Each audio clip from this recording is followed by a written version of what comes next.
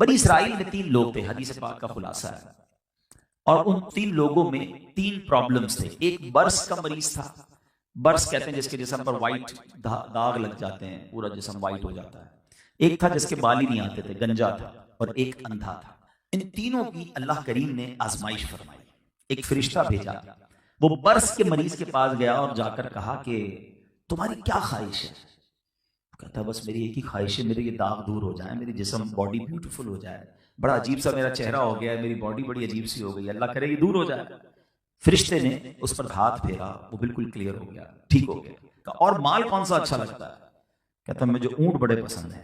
तो उसको 10 हामिला ऊंटनियां फरिश्ते ने दे दी, जिसमें बच्चे बाद में होने थे। आगे गया तो गंजा मिला जिसके बाल ही नहीं आते थे। कहता तुम्हारी क्या ख्वाहिश है? एक ही ख्वाहिश है, बाल आ जाए और ये बीमारी दूर हो जाए।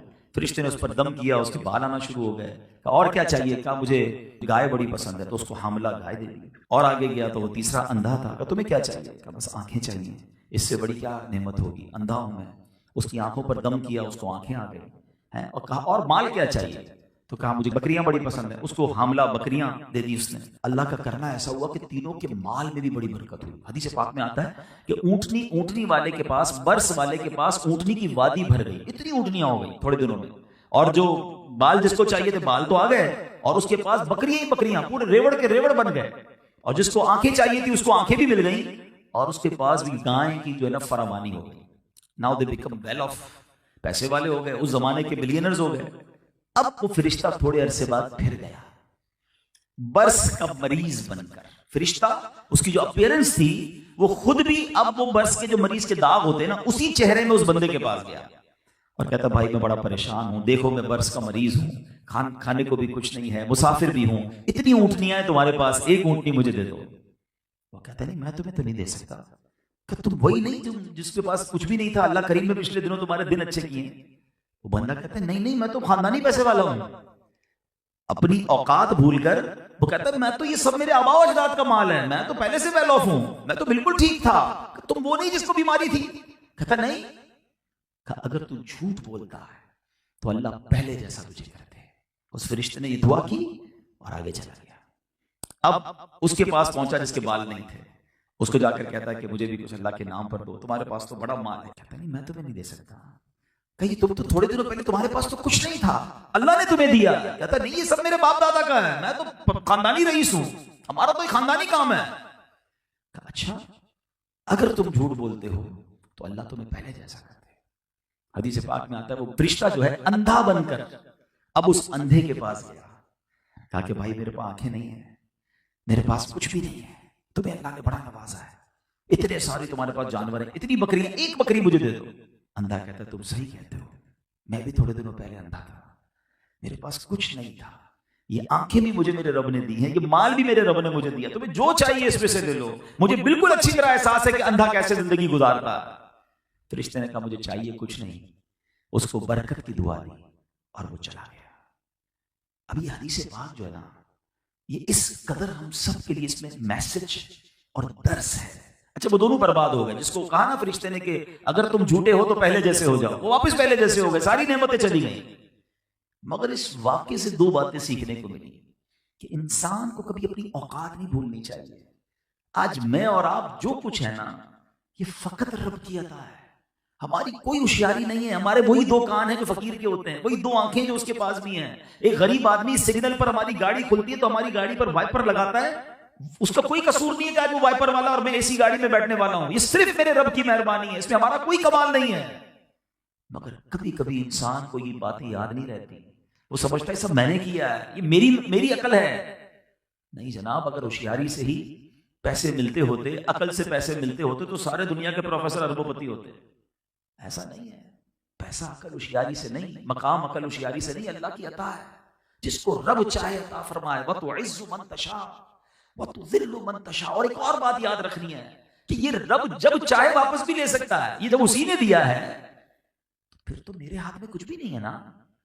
जो जितना शुक्र अदा करता है, जो जितना अल्लाह का एहसान मानता है, जितना डाउन टू अर्थ रहता है, उसकी नेमतें, उसकी रहमतें उतनी बढ़ती हैं।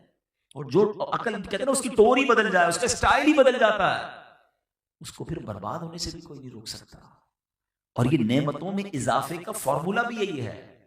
अल्लाह ने कुरान में फरमाया, ला इन शकरतुम ला अज़ीदन्नकुम, तुम मेरा शुक्र अदा करो मैं तुम्हें और अता करूंगा। सुभान अल्लाह। यानी अगर हम चाहते हैं कि ये कंटिन्यू रहें, इसको जवाल ना हो, ये हमारी नेमतें छिन ना जाएं, तो इसका फॉर्मूला यही है कि शुक्र अदा करते रहे, मालिक की तेरी अता है, तेरी मेहरबानी है। और तकब्बुर ना करें, प्राउड ना करें, अपना कमाल ना समझें, और फिर और लोगों को हेल्प आउट भी करते रहे। अच्छा, इसमें जो है ना एक और कमाल की बात पता है क्या है? कि नॉर्मली हम कहते हैं, हमें सबको पता होता है क्या शुक्र करना चाहिए, लेकिन शुक्र जो है ना उसका इशू ये है कि हम समझते सिर्फ जबान से ही शुक्र शुक्र होता है, या अल्लाह तेरा शुक्र, या अल्लाह तेरी मेहरबानी। सिर्फ जबान से शुक्र नहीं होता, प्रैक्टिकली भी शुक्र होता है। मैं अल्लाह का शुक्र भी अदा कर रहा हूं, उसे नाराज भी करता रहूं, ये कैसा शुक्र है? मिसाल के तौर पे आपका एक मुलाजिम हो, आपके पास आए कि साहब मुझे कुछ कर्जा चाहिए, कोई हेल्प चाहिए। आपने कहा चलो बेटा मैंने तुम्हारी हेल्प कर दी। अच्छा वो कैसा, बड़ी मेहरबानी। आपने बेटा तेरा ये गिलास उठा के उधर रख दो, वो तो नहीं रखूंगा। बेटा तेरा गाड़ी निकालो, वो भी नहीं निकालूंगा। अच्छा कल टाइम पे आना, नहीं टाइम पे नहीं आऊंगा। आपकी मेहरबानी, मेहरबानी भी कह रहा है और बात भी नहीं मान रहा है, तो बताइए आप क्या करेंगे? या तो उसे फायर कर देंगे कि अजीब शुक्र है, अजीब थैंक्स है, कि जबान से थैंक्स कह रहा है, बात एक भी नहीं मान रहा है। हम में से बहुत सारे लोग ऐसे ही हैं जो जबान से तो थैंक्स अदा कर रहे हैं, जबान से तो अल्लाह का शुक्र अदा कर रहे हैं, प्रैक्टिकली अल्लाह को नाराज कर रहे हैं। ना नमाज पढ़ रहे हैं, नमाज एक्चुअली पूरी बॉडी का शुक्र है, आंखों से लेकर, सर से लेकर, हाथ से लेकर, पैर से लेकर, ये पूरी बॉडी का शुक्र है कि या अल्लाह आंखें दी, पैर दिए, हाथ दिए, सब तेरी बारगाह में झुका रहा हूं। इतनी सी देर लगती है नमाज में, उसका टाइम नहीं हमारे पास। फरमाया हराम ना कमाओ, हराम कमा रहे हैं, हलाल के करीब नहीं जा रहे। ये कैसा शुक्र है? एक्चुअली शुक्र अल्लाह की इताअत का नाम है। यकीनन जबान से शुक्र अदा करना है, मगर लॉजिकली भी आपको समझ आता है कि शुक्र यह है कि जिसने दिया है ना उसको नाराज ना करें। होना क्या चाहिए वैसे? अगर आप थोड़ा सा सोचते हैं, अल्लाह अताएं बढ़ाए तो हमें सजदे बढ़ाने चाहिए ना, हमें सदके बढ़ाने चाहिए, हमें शुक्र बढ़ाना चाहिए। मगर इधर हाल यह है कि बंदे के पास जब थोड़ा होता है ना तो वो अभी भी कुछ ना कुछ अल्लाह की बात मान रहा होता है। जैसे जैसे बढ़ता जाता है वैसे कलपुर से निकलना शुरू होते हैं। बंदा कहता अभी तो दिन आए ऐश करने के, अभी तो मौज करने के दिन आए, कितने टाइम से रुका हुआ था भाई, माल ही नहीं था, पैसा ही नहीं था, मकाम ही नहीं था, अभी तो टाइम आया अरमान पूरे करने। ये बहुत बड़ी बेवकूफी है। अक्लमंदी ये है कि वो अताएं बढ़ाए तो हम सजदे बढ़ाए, हम खताएं बढ़ाते हैं, वो अताएं बढ़ाता है, हम नाफरमानियां बढ़ाते हैं, और फिर बाद में सर पकड़ कर रोते हैं कि यार टेंशन बहुत सारी है। अच्छा, इसी वाकये से एक और बड़ा जबरदस्त मैसेज मिलता है कि आजमाइश जो है ना वो सिर्फ बीमारी नहीं है। हमने आजमाइश कभी का जब खुद ही कॉन्सेप्ट बना लिया, यार ये बंदा बड़ी आजमाइश में, क्या आजमाइश में? बीमार है। अच्छा ये क्या आजमाइश में? कर्जे में। ये क्या आजमाइश में? कारोबार में नुकसान हो रहा है। यकीनन ये आजमाइश है, लेकिन आजमाइश सिर्फ ये नहीं है, आजमाइश नेमतें देकर भी की जाती है। इन तीनों के साथ क्या हुआ था? इनको तो दिया, जो मांगा वो दिया ना अल्लाह ने, और यही तो चेकिंग थी। हम में से हो सकता है यहाँ कोई बेचारा बीमारी में, अल्लाह करे ना हो, बीमारी में नहीं होगा, या किसी कर्जे में नहीं होगा, किसी बिजनेस प्रॉब्लम में नहीं होगा, हम समझ रहे हैं हम ठीक है। हमें जो इतनी सारी नेमतें दी गई है ना, ये भी आजमाइश है, यही तो चेकिंग हो रही है कि दे रहे हैं तो फर्मा बरदार बन रहा है या नाफरमान बन रहा है। एक बड़ी प्यारी बात उलमा से सवाल किया गया कि हमें कैसे पता चले, हाउ वी कैन जज कि जो मुझे मिला है या मिल रहा है ये नेमत है या आजमाइश है? क्वेश्चन है ना। बंदा कुछ भी नहीं कर रहा फिर भी तरक्की पे तरक्की, कारोबार बढ़ता ही जा रहा है, ओहदे बढ़ते ही जा रहे हैं, एक कमेटी का चेयरमैन, दूसरा का भी चेयरमैन, उधर भी आगे तरक्की, पता चला ना अल्लाह की कोई फर्मा बरदारी कर रहा है, तरक्कियां हो रही हैं। अब बंदा कहता है नेमतें मिल रही हैं, तो ये कैसे टेस्ट हो सकता है कि जो मुझे मिल रहा है ये नेमत है या आजमाइश है? इसका बड़ा खूबसूरत जवाब उलमा ने दिया। फरमा ये चेक कर लो कि जो तुम्हें मिल रहा है इसके मिलने के बाद तुम अल्लाह से करीब हो रहे हो तो समझ लो ये नेमत है, और मिल भी रहा है और तुम रब से दूर भी हो रहे हो, समझ लो ये आजमाइश है। अब मैं और आप ये चेक कर लें कि मैं जब कम चीजें थी मेरे पास, जब वेल्थ कम थी या हेल्थ कम थी या सोर्सेस कम थी, रिसोर्सेस कम थी, नाम कम था, शोहरत कम थी, तब मैं अल्लाह के करीब था, या ये बढ़ती गई और मैं रब से दूर तो नहीं होता गया? इसका मतलब तो मुझे ढील दी जा रही है, इसका मतलब तो मुझे टेस्ट किया जा रहा है। तो please come on right path, अकल भी यही कहती है, लॉजिक भी यही कहती है। जिस दरख्त पर जितने फल लगते हैं ना, वो दरख्त उतना ही झुकता है, वो अकड़ता नहीं है, कि दाना खाक में मिलकर गुले गुलजार होता है। आजी, इनकिसारी, हम्बल लोगों के साथ अच्छा बर्ताव, झुक जाए बंदा। और कभी कभी अकेले में आंसू भी बहाए कि मालिक इस काबिल नहीं जो तूने दे दिया, मेरी तो कोई ऐसी अच्छा अमल नहीं है। सोचिए ना, हम जब कभी किसी को हेल्प करें, सदका दें, खैरात दें, ज़कात दें, तो लोग इतराते हैं, प्राउड करते हैं, मैं उसको दे रहा हूं, मैं उसकी हेल्प कर रहा हूं। भाई याद है ना, मैंने तेरा काम किया था, तुझे ज़कात दी थी, तेरे बच्ची की शादी कराई थी। खुदारा कभी ये ना करना। खुदा की कसम, अल्लाह की राह में खर्च करके सजदा करना चाहिए कि मौला तेरी मेहरबानी, तूने देने वाला बनाया, मांगने वाला नहीं बनाया। मैं भी मांगने वाला हो सकता था, मेरे बच्चे भी सिग्नल पर खड़े हो सकते थे। आज मेरे बच्चों को तूने ये दिन नहीं दिखाया, ये फकत तेरी मेहरबानी है। लेकिन हम बाजू का भूल जाते हैं तमाम चीजों को। तो याद रखिए कि जो कुछ मेरे और आपके पास है वो रब की अता है। अब एक वाकया और उसके अंदर कितने सारे लेसन है। ऐसा ही एक और वाकया मैंने आपको सुनाना, और वो भी बुखारी शरीफ का ही वाकया। प्यारे आका अलैहिस्सलाम ने अपने सहाबा को सुनाया कि 3 दोस्त थे और किसी ट्रैवल पर गए।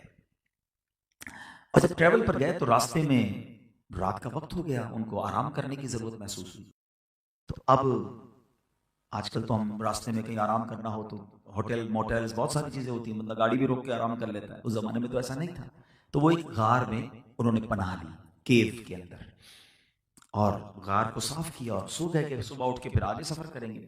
और ये वाकया नबी पाक अलैहिस्सलाम से भी पिछले दौर का, it means thousands year ago, बहुत पुरानी बात है। तो उस जमाने में तो कोई ऐसा टेक्नोलॉजी तो थी नहीं। अब उनके साथ मामला ये हुआ कि जब वो गार में सोए तो एक बड़ा सा पत्थर जो है, चट्टान, जिसको हम आजकल लैंड स्लाइडिंग कहते हैं, वो पत्थर पहाड़ से गिरा और उसने उस गार के मुंह को बंद कर दिया, क्लोज कर दिया।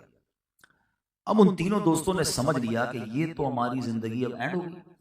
अब किसको बताएंगे? वो टेलीफोन का जमाना तो था नहीं, इंटरनेट तो था नहीं कि लोकेशन शेयर कर देंगे, फोन कर देंगे, इधर फंसे हुए भाई 1122 वालों को लेकर आए, हमें निकाले। नोबडी नोज वेयर आर दे।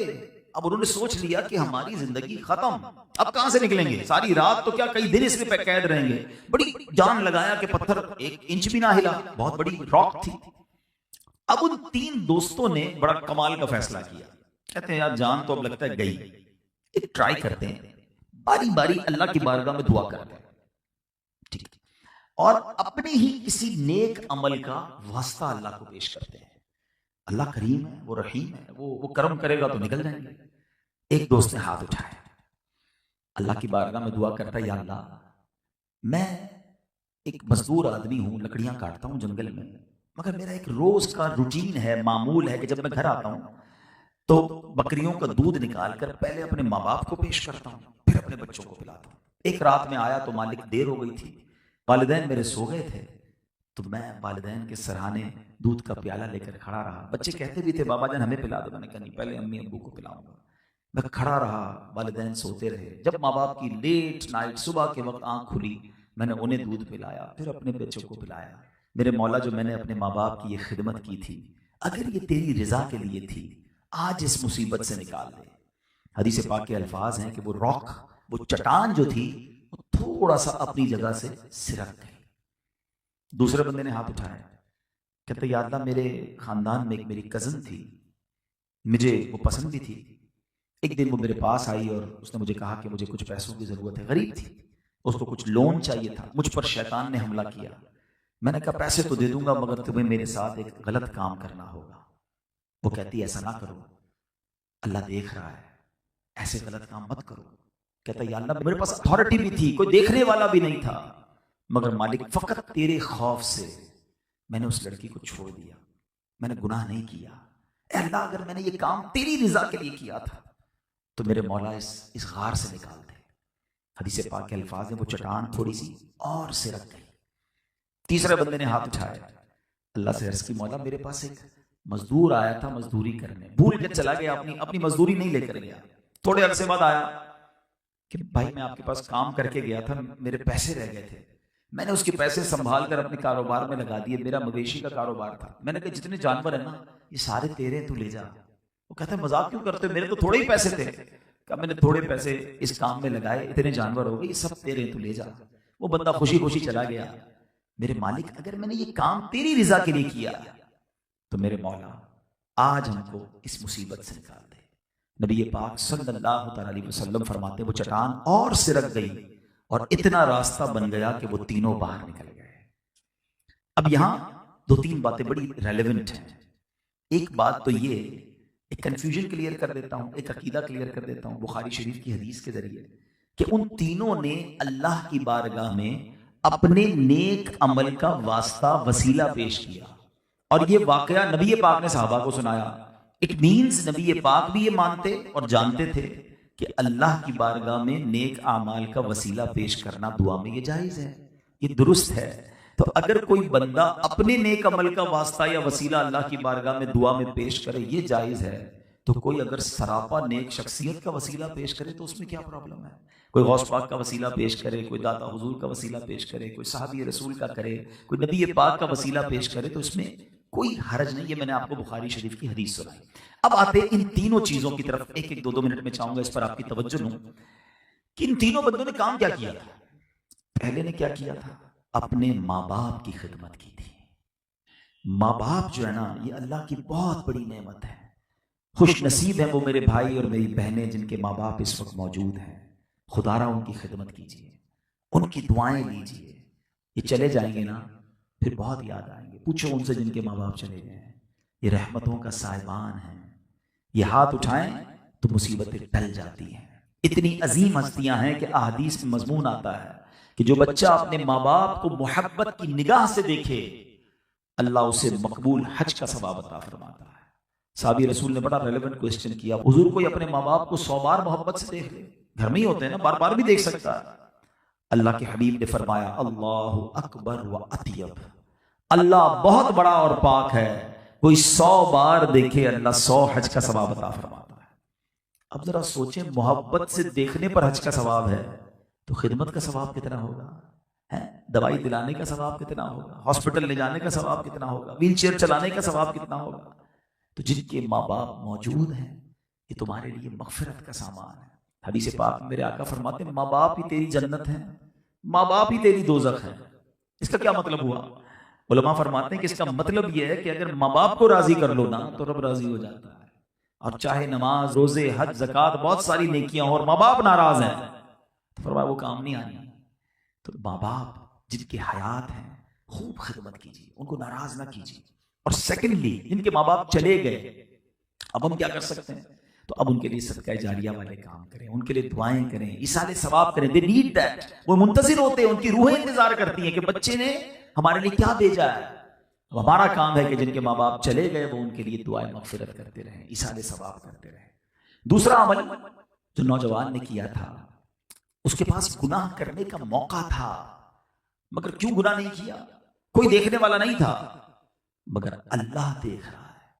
ये अल्लाह को बड़ा पसंद है कि बंदा अकेले में भी उसका खौफ दिल में रखे। हमारे साथ बड़ा प्रॉब्लम ये, हम लोगों के सामने तो गुनाह नहीं करते हैं, वो देख ले, फला देख रहा है, खानदान में कोई देख रहा है। लोग कंट्री चेंज करके जाते हैं, यार पाकिस्तान में, कराची में तो बड़े जानने वाले, किसी और जगह चलते हैं। ऐसा ना करो, कहीं भी चले जाओ रब देख रहा है। तुम दरवाजा बंद कर दो, लाइट ऑफ कर दो, कान में हेडफोन लगा लो, मगर जो देख रहे हो, जो सुन रहे हो या जो भी कर रहे हो, वो रब देख रहा है। हजरत इब्राहिम बिन अदम रहमतुल्लाहि तआला की बारगाह में एक शख्स आया और आकर कहता है, हुजूर मुझसे गुनाह नहीं छूटते, मैं बहुत कोशिश करता हूं मगर गुनाह नहीं छोड़ पाता, मेरी हैबिट बन गई है, मेरी आदत बन गई है, मेरे गुनाह नहीं छूटते। हजरत इब्राहिम बिन अदम ने बड़ी कमाल की, टू द पॉइंट और लॉजिकल गुफ्तगू की। आपने फरमाया, ठीक है तुझसे गुनाह नहीं छूटते? का नहीं।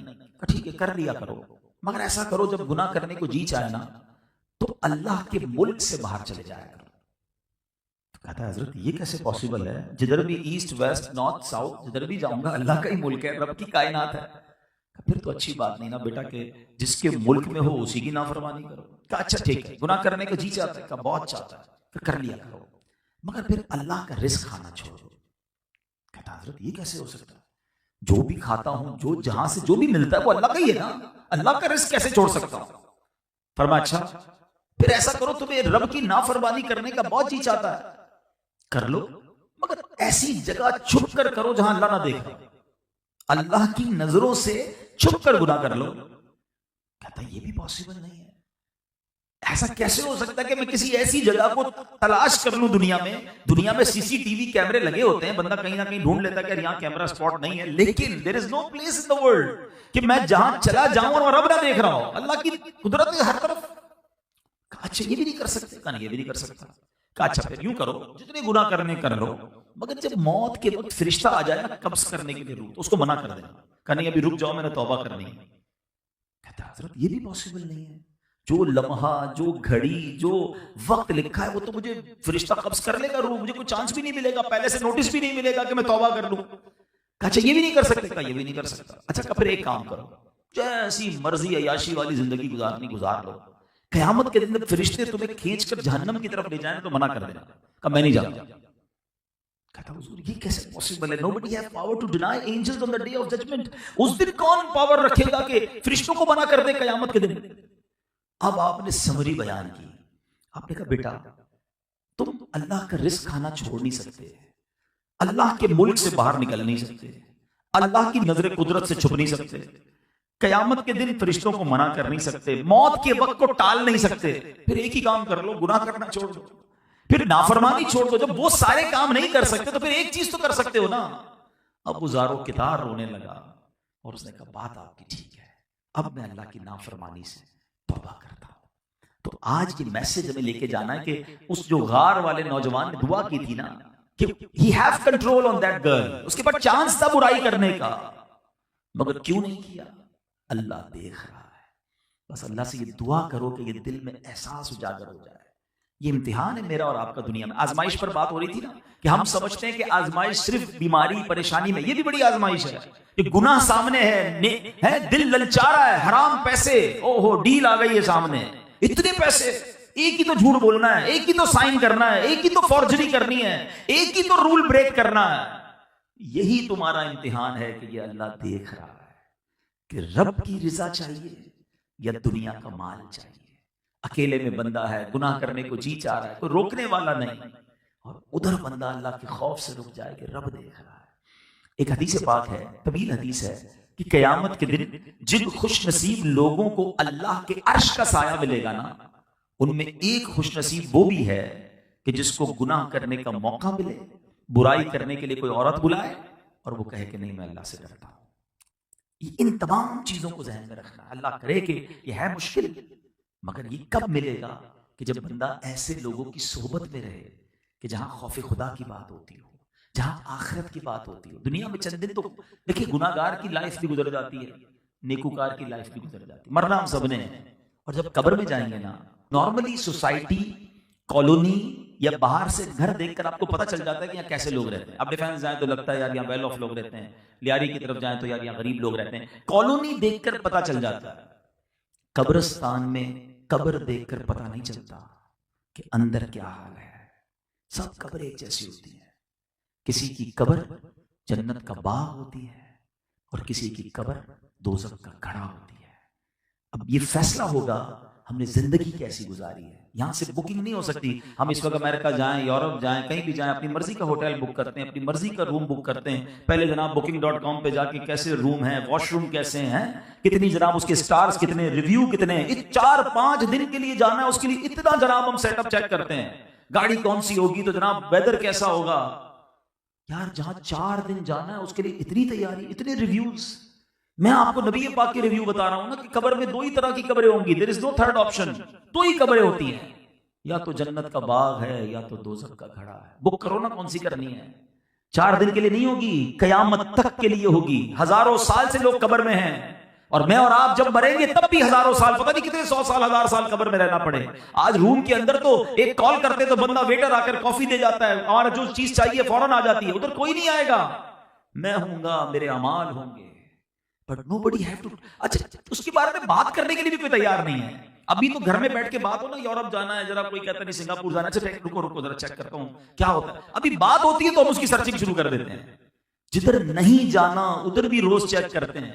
वो कभी कभी तो किसी वो booking.com पे कोई मुल्क एक बार सर्च कर लो तो बार बार वो मैसेज भी कर रहा होता है, आपने एक बार सर्च किया तो जाना नहीं जाना दोबारा, याद कर रहा है तुम्हें, वो मुल्क कॉल कर रहा है। अरे मुल्क कॉल कब से करता है, कब्र रोज कॉल कर रही है, लेकिन उसके बारे में कोई बात भी नहीं करता है, उसके बारे में कोई डिस्कस ही नहीं करता है। बाजों का शैतान है ना, कहते हैं अरे मौलाना साहब बातें बहुत अच्छी कर रहे हैं, मेरी बातें हो रही है, दिमाग में डाल रहा हूँ, बिल्कुल ठीक बोल रहे हैं, लेकिन बस अभी अभी तो जवानी है, बस 50-60 साल बाद मैंने भी अल्लाह करना है, मैंने क्या करना है। लेकिन क्या आपने जवान मरते नहीं देखे? आपके पास गारंटी है कि आप 50-60 साल तक जिंदा रहेंगे? मैं अभी आपको रिसेंट वाकया सुनाता हूँ, पिछले हफ्ते की बात है। हमारे एक दोस्त हैं जद्दा में, बेचारे अमेरिका पहुंचे, अभी अमेरिका लैंड किया है, उनकी 15 साल की बेटी जद्दा में थी, स्कूल से आई है, कोई बीमारी नहीं, अपने नूडल्स खुद बनाए हैं। थोड़ी देर बाद उसकी तबीयत खराब हुई, घर वाले नॉर्मल समझे, हॉस्पिटल लेकर गए, उसका इंतकाल हो गया। 15 इयर्स, ये है जिंदगी और मौत, पता भी नहीं चलता, कोई बीमारी भी नहीं होती, बंदा अचानक से सोते में सुबह नहीं उठता है। इन तमाम बातों के बाद पता समझ क्या आती है कि हम रोज ऐसे जिंदा रहें कि अगर आज मरना पड़ गया तो वो सफर तैयार है, कब्र ऐसी होगी कि जन्नत का बाग बन जाएगी, मैं लाइफ ऐसी गुजारूं। देखिए मुझे और आपको कोई मैसेज नहीं आएगा, आजकल एक मैसेज आता है कभी कभी मोबाइल कंपनीज की तरफ से कि योर डाटा इज गोइंग, खत्म होने वाला है, ऑफ होने वाला है, जल्दी से टॉप अप कर लें, अपना बैलेंस डलवा लें, क्योंकि थोड़े ही जीबी रह गए, थोड़े ही जनाब आपके मिनट्स बाकी रह गए। जिंदगी में कोई मैसेज नहीं आएगा कि जनाब 3 दिन रह गए, तौबा कर लें, आज आखिरी दिन है, अल्लाह को याद कर लें।